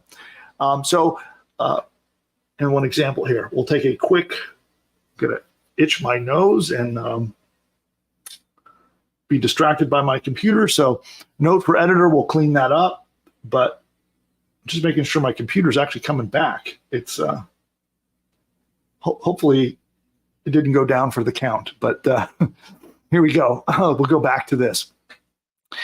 Now, an example of how this could be useful would be ads. We talked about that a little bit, but imagine if you have a mascot or a character who's attached to your brand, and now every time you have an ad, that character is consistently showing up in your branding. You can think of some of the world's biggest, most profitable companies out there are using these strategies in their ads, and now you can.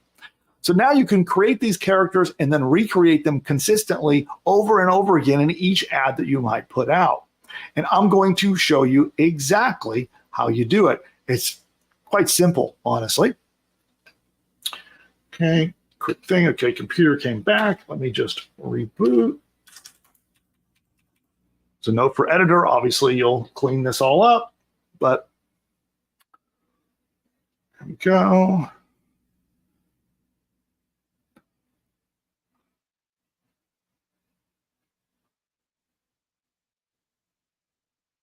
Okay.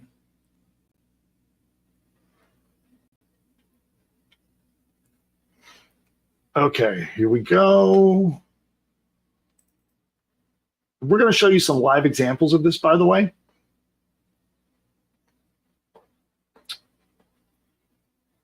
So there's a character we worked on just before going live. I'll show it to you in a minute. Restore. StreamYard's coming back.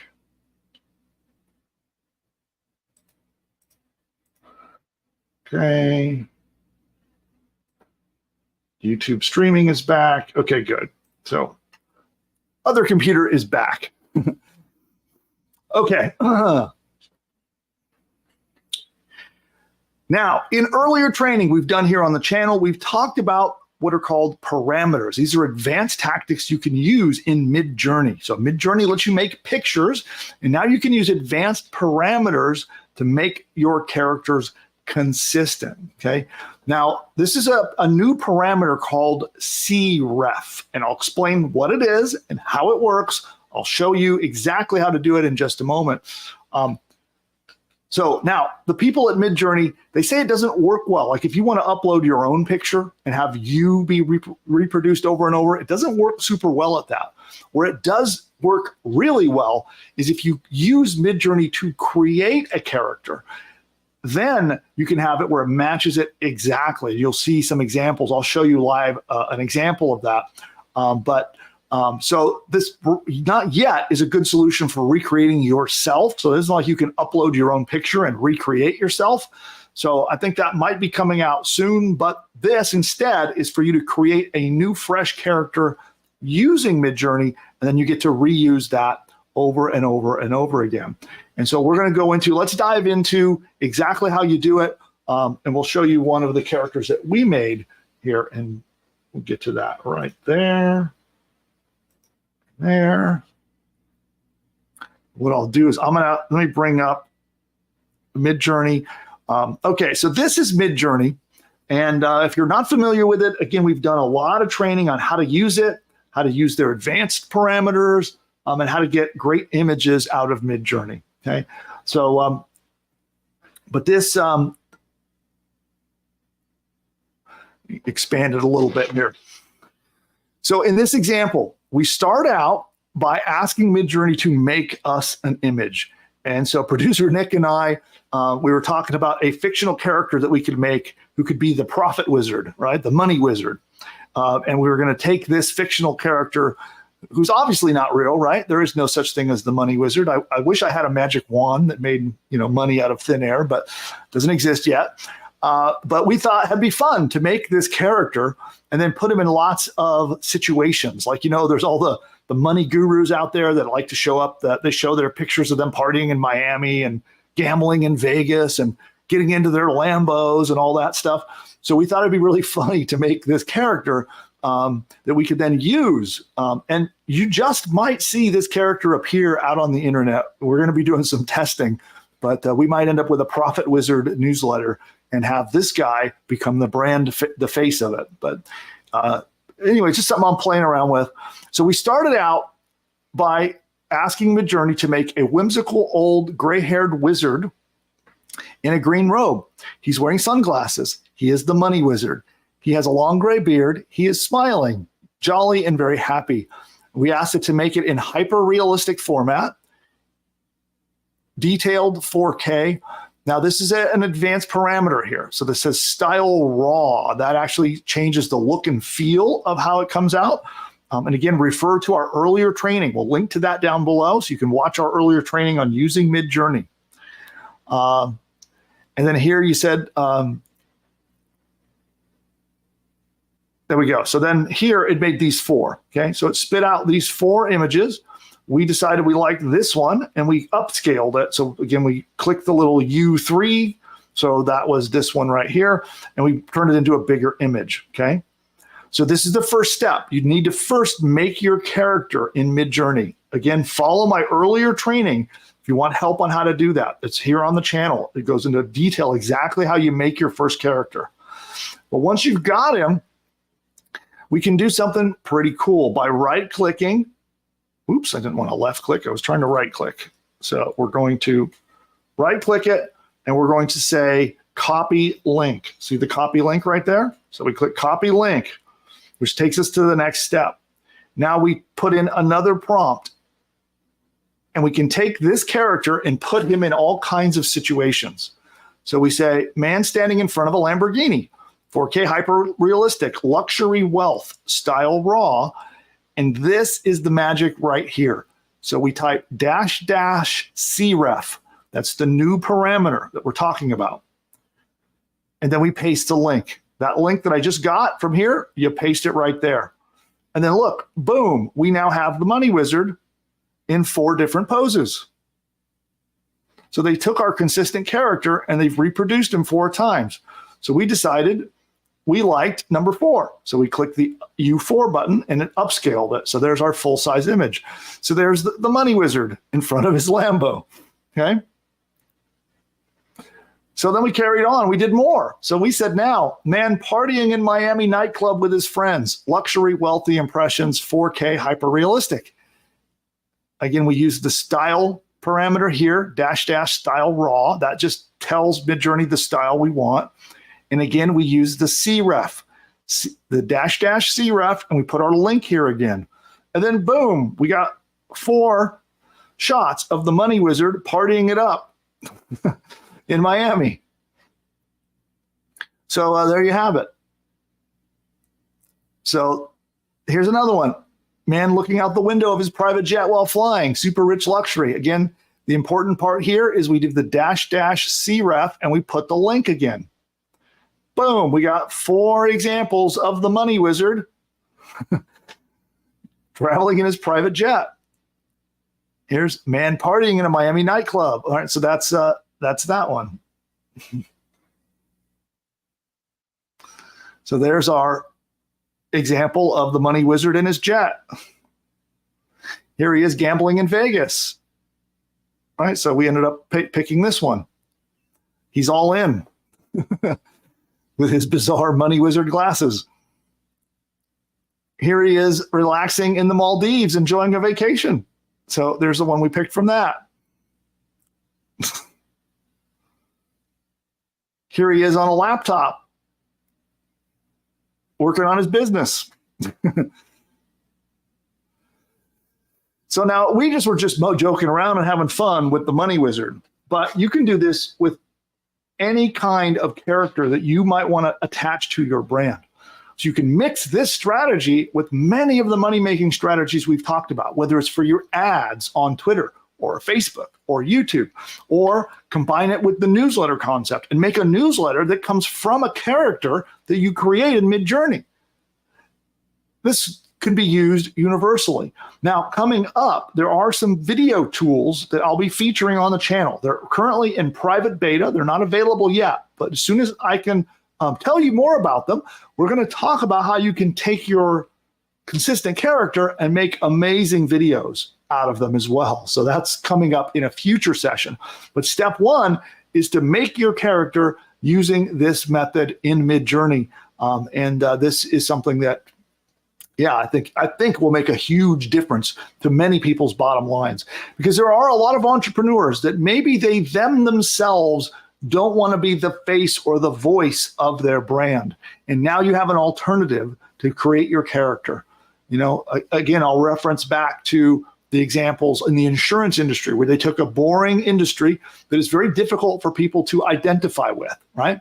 So if you just heard a bland insurance company, you know, it's tough to identify and bond with them as a brand. But the minute they put a character on, like the Geico Gecko, or what is the General, right? For there's the General. I know here in California, I think he's nationwide. Or whether it's Flow, like those are all examples of taking a boring brand that people would have difficulty bonding with and having affinity for. They attach them to a character, and it changes everything. And so now you can do the same thing in your brand. If you found this content useful, give me a like. You'll see down below the little like button. That helps tell YouTube that this was good stuff and it's worth sharing with others. And it helps the channel a lot, so I will be eternally grateful if you do that.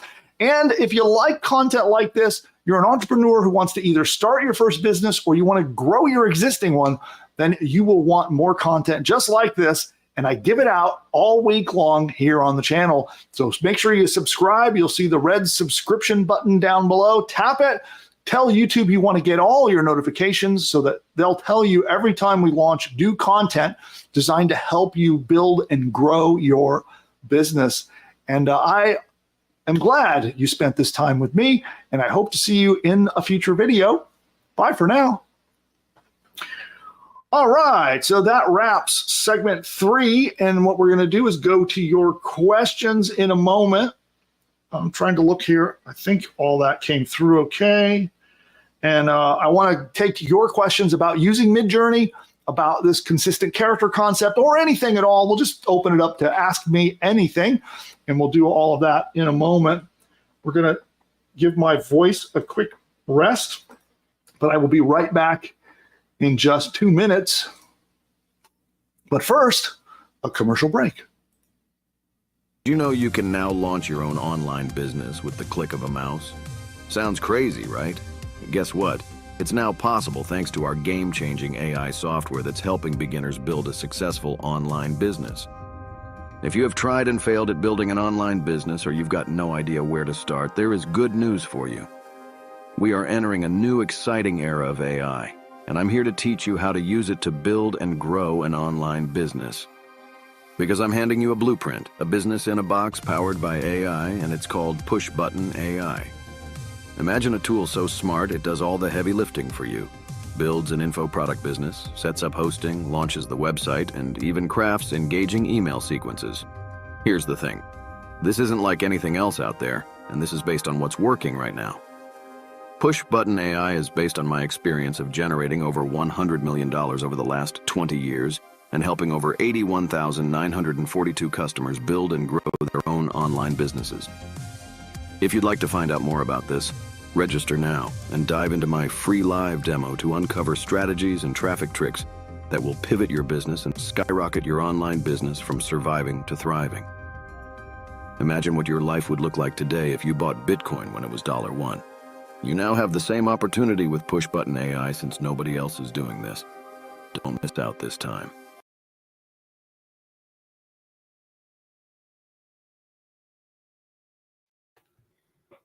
And I'm back. It turns out it looks like that link was pointing to our last class, which closed. So let me just adjust our link so that free class actually will send you somewhere you can sign up for. There we go. I think I fixed it. Let's see if it works now. There we go. Okay, link fixed. Thank you for the heads up on that in the chat. And should be pointing to a link that works. So we had a live masterclass that we did that closed out, but now it's up there. And okay. So now we're going to go back to your questions. So producer Nick, what do we got? Yeah, I thought this was interesting. I don't know if you knew about this. Someone said they use a program called Shutdown Blocker that will keep Windows from restarting when they're not ready for it to restart. Shutdown Blocker. Okay, I am going to go look for that as soon as we get off the air. Yeah. And interesting question from Alex, and he says, can we automate the character and get him to talk or walk around the Lambo or get in the Lambo? There are some tools that do that. The stuff that's available right now is a little clunky. It doesn't make great video. We have tools like HeyGen is an example of one. You have DID is another. There are a couple of tools that are just about to release that will do some, as soon as they're released, I'm going to do tutorials on them here on the channel. So, but those will do exactly what you're looking for. Yeah. So very, very soon the tech will be released to be able to do that. And yeah, we'll talk about it. I'll give you the links to sign up for it and all that as soon as it's available. Yeah. It's not my product. It's somebody else's. It's not released yet. But it's very, very, very soon coming out. Yeah. Someone wants to know, how much does Midjourney cost? It's pretty inexpensive. I don't remember what I pay. Is it $20 a month? I think it is. I actually don't remember either. I'm looking it up. Yeah, I think it's $20 a month. I don't remember what I pay for my subscription. It might be a little. There might be even a version less than that. And do they still have a free tier? No, they got rid of the free tier. No more. They used to have a free tier, but okay, so it's 10. Oh, okay. So there you go. Thomas says he missed the first 2 segments of the show, but just come back when you're ready to, when you're ready to watch, and it should be here if you start from the beginning. You could load the video up from the very beginning. Yeah. Usually, as soon as we end the live stream, you can rewind and go back to the beginning. So when we wrap up here, we'll be wrapping up in just a couple of minutes. Well, once that happens, you can rewind it and watch from the beginning. Yep. Tia wants to know, what video creator do you think is the best and easiest available at the moment? It depends on what you're trying to do. I wish there was probably the best all-around one. I actually saw Sam recommend this in the chat, which is Runway ML. I think all around, that's a pretty cool one. We use it a lot for video editing, but it also has video creation and generation abilities. And it varies a lot depending on what you're trying to do. A spoken word, like, talking head videos, I think HeyGen is probably the best. DID has their thing. It's a little quirky. It's very obvious that it's AI, and you can kind of play up the AI character aspect of it.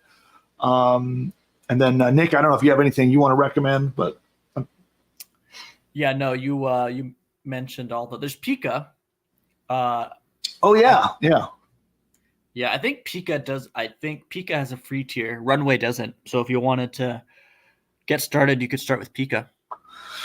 And it's crazy, the pace of like these tools evolving and improving and new tools popping up all the time. It's so hard to keep up with it all. I can't, there's some stuff just over the horizon that I can't wait to talk about more that take video creation to just the next level.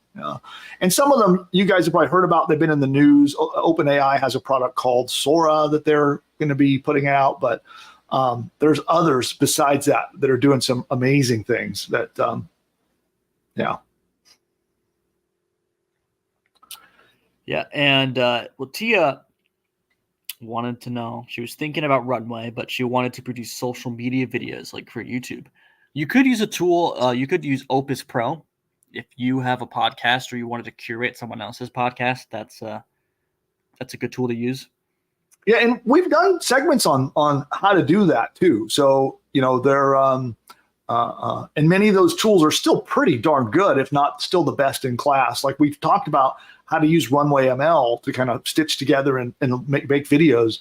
In fact, one of the videos that the video I literally just played, the commercial I just played, was made in Runway, and we did a tutorial on how we did it. So. I know it's in the channel. If you type in AI video in the search for the channel, you'll probably find it. Next up. That is it. We're good. We're good to go. Okay, fantastic. Well, then there is one more thing. Yeah. The video that came out this morning, I'll drop the link in there. But it's all about how. Today's video is a good one. The video that we dropped this morning is a really, really good one on getting traffic. So I would definitely recommend you that everyone here watch that as soon as we head off the air. Then go watch that next video. Yeah, if you share that, I'll pin it for you, Nick, in the chat. So what? Let's see. I want live chat. There we go. So let's pin that one. Pin message. There we go. Cool. So that's where you can check that out. We'll be wrapping up in a couple of minutes here, but don't forget to check that out. And we'll do our final round of questions. Oh, the other thing I have to do, I said we had one last ChatGPT joke. So this is the last one, I promise. It's like a bad habit. I get these jokes and I want to keep reading them throughout the day. But here is the final ChatGPT joke of the day. Why don't skeletons fight each other? They don't have the guts. I like that one. yeah, that was good. Okay, it's like a 7 out of 10. 7 out of 10. Yeah. Okay, I'm going. Well, actually, it's not my joke. I can't take credit for it, but there we go. Yeah. All You know right. what? You know what I'm curious about? Because talking about the money wizard and fleshing him out and getting him in ads and stuff like that. I Mhm. wonder if the audience would be interested if you just hop on a live stream and you play some nice music and you spend 30 minutes. I'm gonna sit down and make hop in a mid journey and work on the money wizard. I wonder if they'd be interested in joining you. And you could just host a nice, relaxing, impromptu live stream. We could have that on the channel. Yeah, I did that just for fun one day. I went live on Twitter actually, and all I did is make music. I just shared my screen and I just sat there making different songs and made music. I became like an AI DJ, but I'd make the songs and then play it. And I did that. I did get some viewers. No, I didn't have a huge demand, but we did get some viewers. So I'm curious, would you guys be interested in like just jumping in and watching us work? Like we could do a workflow where whether it's producer Nick or I making cool stuff with different AI tools. Might be boring, might not be. I don't know. But yeah, let us know if that sounds interesting at all.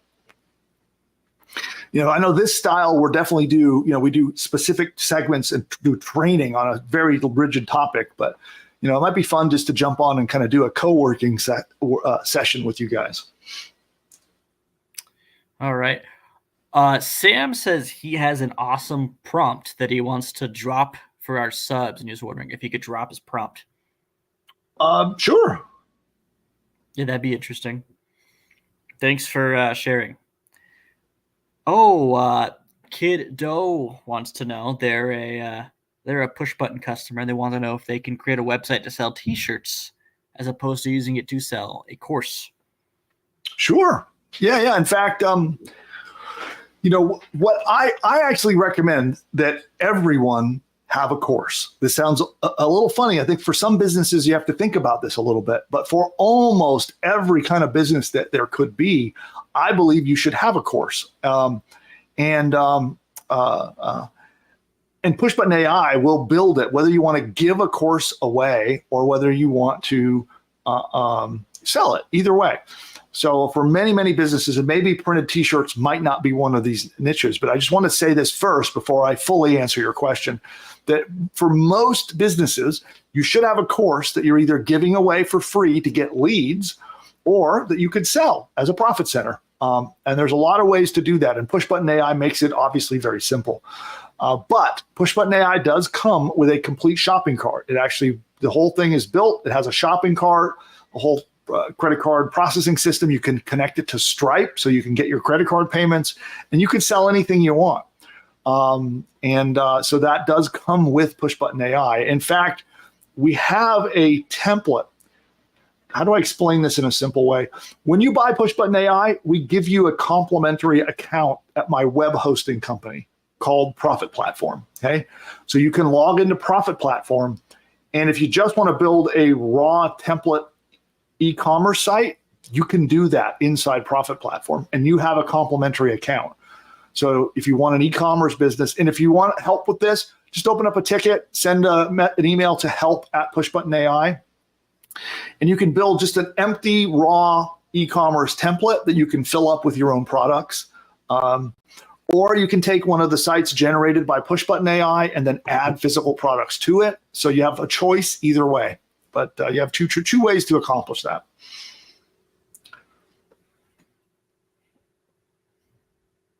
Cool. And anything else? It seems like there is interest there for doing the Midjourney live stream. Other than that, cool. I think we're good to go. I don't know if Sam heard us, but you're good to go if you want to drop the prompt still. But other than that, yeah, we're all caught up. Awesome. Yeah, Sam, you can share the prompt in the chat, or if you email us at help@pushbutton.ai, and you could give it to us there. We'll share if you'd like, we can share it to the newsletter when we drop an episode, perhaps not knowing what the prompt is or how it works, but you could do it either way. And if we share it in the newsletter, we'll give you credit for it. Yeah, we'll link to your site or something like that. Yeah. So there you go. So either drop it in the chat or email us, and we can follow up with you separately. And with that, I think then I'm going to go to our final round of commercial breaks. And I want to recommend everybody go check out that traffic video that we have pinned in the chat. So as soon as I go offline, that link is going to go away. So make sure you click it and go watch that training. It's really, really useful. Even if you click it, you can come back and watch it more later. But it's a great video on exactly how to get traffic. And it even has a new service that I have launched that will help you get traffic. We talk about that towards the end of the video. So check out that video that producer Nick shared in the chat. And then for replay, when we come down below the video, when it turns into a regular YouTube video, we'll pop a link to it down below as well. And I think that's it for now. So producer Nick, thanks once again for all your help. And everybody, thank you for being part of today's show. We're going to wrap it up with a final commercial break. That is, if I can get it back up on the screen. There we go. And with that, we'll see you next time. Bye for now. Those of you who are not yet a PushButton AI customer, then you need to check this out. And all you need to do is go to pushbutton.ai/demo, pushbutton.ai/demo, and you can get a live one-on-one appointment to get on Zoom and see this powerful technology in action. And with PushButton AI, it will build an entire business from bottom to top. Everything you need, from your domain name to your logo to videos to audio lessons, an entire course that you can sell as your own, a 30-day email sequence that it writes. You can send a daily email for 30 days, all written by AI, and a whole lot more. It writes your sales page. If you're not sure how to write an expert sales page to convince people to buy stuff, it writes it for you. It writes a free report that you can give away to get subscribers to your list. It even creates and writes the opt-in subscription page to get people to subscribe to get the free report. And it goes on and on and on. It even writes your first 10 blog posts for you, and it can do so much more. Social media posts, ads, all of these things are done, and all you have to do is answer a couple of questions and push a button. Now, PushButton AI is not available to the public at the time of recording this video, and the only way to get in is by invite to our behind-the-scenes beta access. And during your live demo, we'll show you the technology. We'll actually work with you to actually map out an entire course that you could sell as your own. We'll outline the course with you together on the one-on-one Zoom call. And then if you so decide, if you're a good fit, you can come in, join our PushButton AI beta program, and be in business with that very course by the next day. Go to pushbutton.ai/demo to figure out if this powerful technology is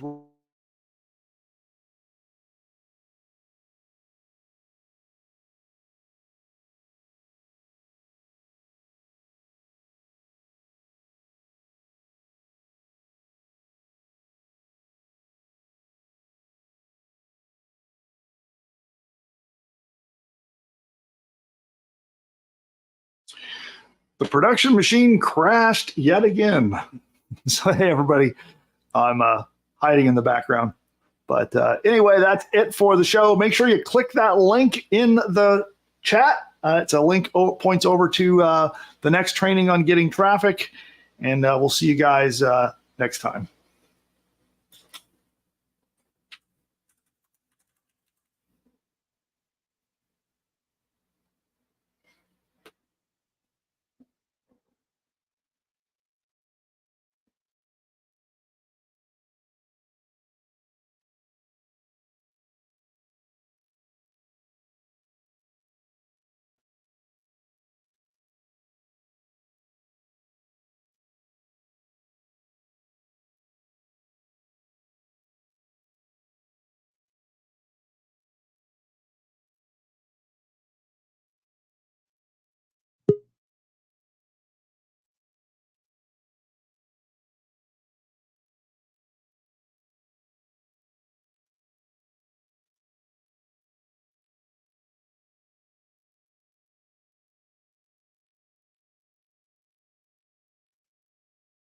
those of you who are not yet a PushButton AI customer, then you need to check this out.